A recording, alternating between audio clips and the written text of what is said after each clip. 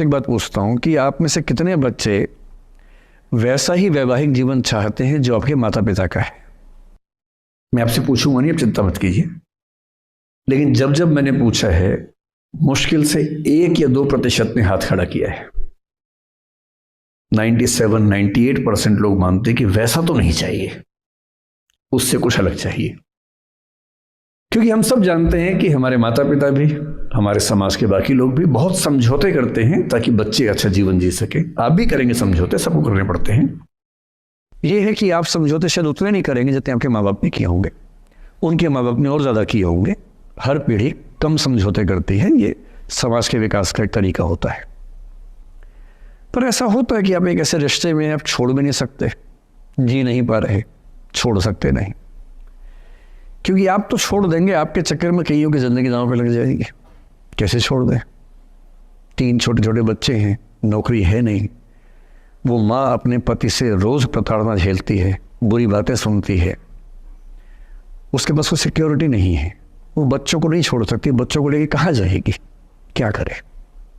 Toxic रिश्ता है। तो ऐसे में या तो आप रिश्ता छोड़ते हैं कि हर किसी से संभव नहीं होता, पर यदि वो संभव नहीं है तो रिश्ते में रहते हुए चिंताएं छोड़ दीजिए,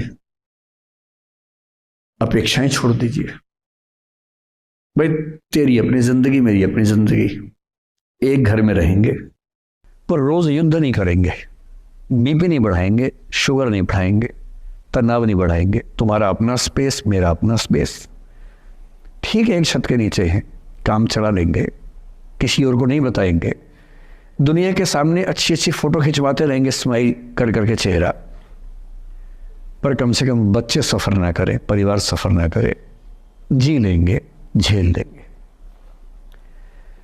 और ऐसे माहौल में साहिर ने जो कहा था ना, उसी कविता की कुछ पंक्तियां बड़ी महत्वपूर्ण हैं कि बर्बादियों का सोग मनाना फिजूल था, कि बर्बादियां हैं जीवन में, पर ठीक है, कितना दुख मनाएंगे, अब है तो है, क्या कर सकते हैं। बर्बादियों का सोग मनाना फिजूल था, बर्बादियों का जश्न मनाता चला गया। और फिर अंत में इतनी सुंदर बात कहते हैं, गम और खुशी में फर्क न महसूस हो जहां, मैं दिल को उस मुकाम पे लाता चला गया। कि ठीक है, जैसी जिंदगी है उसको वैसे जिएंगे, अपेक्षाएं नहीं पालेंगे, ना तुम उम्मीद करना, और हम किसी तरह से मैनेज करके जिंदगी गुजार लेंगे। ये है अंतिम जो आपके जीवन में समस्या हो सकती है, करियर को लेके हो सकती है कि आपने कुछ करियर दिमाग में रखा हुआ है, ठान लिया है कि आईएएस बनना है या कुछ बनना है। आप कुछ भी ठान लें, सिर्फ आपके हाथ में नहीं होता है, सफलताएं असफलताएं जीवन में रहती हैं। 10-11 लाख लोग आईएएस का फॉर्म भरते हैं, 5 लाख आईएएस का एग्ज़ाम देते हैं, 1000 का सिलेक्शन होता है। हर एग्ज़ाम में घुमा फिरा की ही स्थितियाँ होती हैं। पॉलिटिक्स में, स्पोर्ट्स में, बिजनेस में, हर जगह कंपटीशन इतना है। सफल होने की जितनी संभावना है उससे कई गुना संभावना विफल होने की हर क्षेत्र में है। सफल नहीं हो पाए तो क्या करेंगे? और मैंने ऐसे लोगों को देखा है कि आईएएस नहीं बन पाए 20 साल पहले, और 20 साल से रोज घुट रहे हैं कि आईएएस नहीं बन पाए। रात दिन यही ख्याल होता है कि आईएएस नहीं बन पाए, या पीसीएस नहीं बन पाए, या कुछ खास सोचा था जो नहीं कर पाए। तो मैं आप लोगों से निवेदन करूंगा कि यदि आपकी आर्थिक पृष्ठभूमि ऐसी नहीं है कि जो बहुत मजबूत हो, तो हमेशा एक बैकअप ऑप्शन ज़िंदगी में लेके चलिए। किसी करियर को दिमाग पे इतना हावी मत होने दीजिए कि वो नहीं मिलेगा तो कुछ नहीं होगा।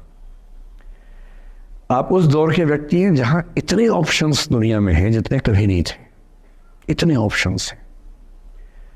बस एक ठीक ठाक सा व्यक्तित्व तो बना लीजिए, एक ठीक ठाक सा कॉन्फिडेंस रखिए अपने ऊपर, और यदि आपके पास बेसिक स्किल्स हैं, भाषा की, चिंतन की, समझने की, कैलकुलेशंस करने की, प्लानिंग करने की, स्ट्रेटेजाइज करने की, और मेहनती आप हैं, मैं गारंटी से कह रहा हूँ कि इस दुनिया में कंपटीशन नंबर्स में बहुत ज़्यादा है, कायदे का कंपटीशन नहीं के बराबर है।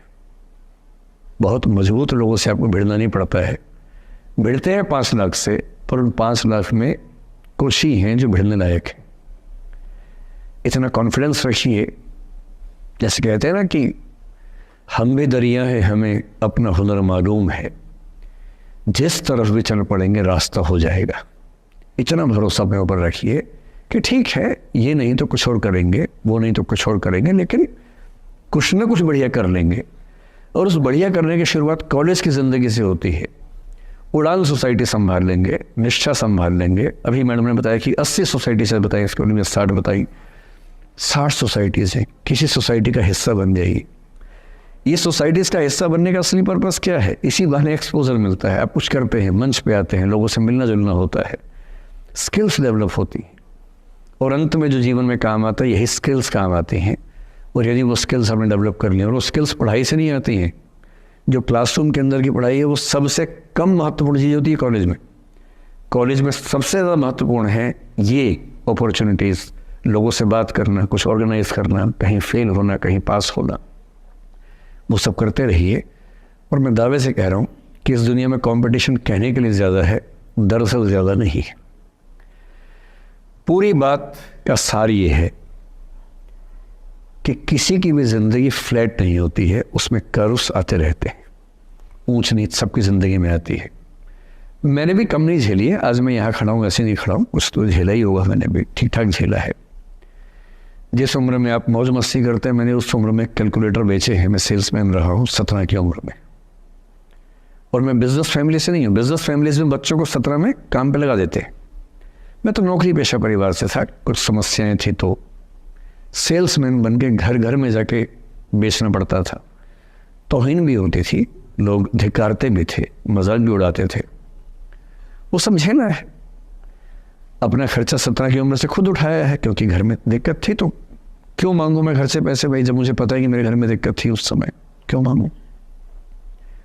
आपकी जिंदगी इस दुनिया के करोड़ों अरबों लोगों से बेहतर है, कुछ एक लोगों से खराब है।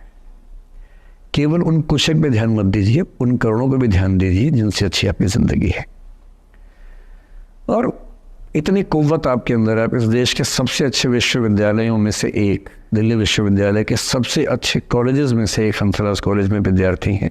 ये मजाक नहीं है, आप इस देश के एलीट हैं, एलीट। इस कॉलेज और यूनिवर्सिटी का नाम बोलते ही कितने बंद दरवाजे खुल जाते हैं, आपको अंदाजा नहीं है, आगे जाके समझ में आएगा। बस इतना करना है कि जब जब ज़िंदगी नीचे की तरफ जाए, थोड़ा सा हौसला बना के रखिए। कुछ ही दिन की बात होती है, हर चीज़ कुछ ही दिन की होती है। बहुत अच्छे वक्त में और बहुत बुरे वक्त में एक ही वाक्य कॉमन याद रखिए, कुछ दिनों की बात है, ये वक्त गुजर जाएगा। बहुत अच्छा हो तब भी ध्यान रखना है, आदत नहीं बनानी है। बहुत बुरा हो तब भी ध्यान रखना है, ये सब खत्म हो जाएगा।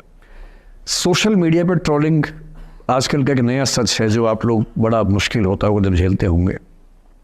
आपने एक फ़ोटो अपलोड की, कोई लाइक ही नहीं कर रहा है, आप बार बार देखने घूमोगे लाइक किया कि नहीं किया। दोस्तों को फ़ोन करें, लाइक कर, तो लाइक कर, तो भी लाइक कर, चल 5 लाइक करवाए, 8 लाइक करवाए, नहीं लाइक हो रहा। फिर आपने कुछ ऐसा बोला, किसी ने उसकी छोटी सी क्लिप काट के चला दी, और आप अचानक सबकी नज़रों में किरकिरी बन गए। गालियाँ पड़ रही हैं, आलोचनाएँ हो रही हैं, लाखों लोग फतवे जारी कर रहे हैं आपके ऊपर। इतनी बेचैनी होती है इस दौर में। पहले के दौर में ये नहीं था, आपने कहीं कुछ बोला खत्म हो गया बात। अब किसी ने रिकॉर्ड कर ली, सोशल मीडिया पे आ गई, खत्म ही नहीं हो रहा। राइट टू बी फॉरगॉटन हमारे देश में है नहीं, और प्रैक्टिकली संभव भी नहीं है। कैसे आप उसको अप्लाई करेंगे? आप कभी ना कभी कुछ ऐसा बोलेंगे, या तो गलत बोलेंगे या उसमें से कोई क्लिप कोई काटेगा। इतनी गालियाँ पड़ेंगी और पहली बार जीना मुश्किल हो जाता है। मैंने आज से 7-8 साल पहले 1.5 साल तक एंग्जाइटी की दवाइयाँ खाई हैं, जबकि मैं बहुत ही मस्त वाला किस्म का आदमी हूँ, मैंने खाई हैं। और जीवन में एक आध ऐसा दौर सबका आता है, आ जाना चाहिए। जब जीवन में एक आध बार ऐसा हो कि सारी दुनिया पीछे पड़ गई है, बहुत दिक्कत होगी, घबराहट होगी, बेचैनी होगी, एंग्जाइटी होगी, डिप्रेशन होगा, सब कुछ होगा। लेकिन एक बात ध्यान रखना, मेरी इस बात को ध्यान रखना, वो पहली और आखिरी परीक्षा है, उसके बाद कभी नहीं होगा।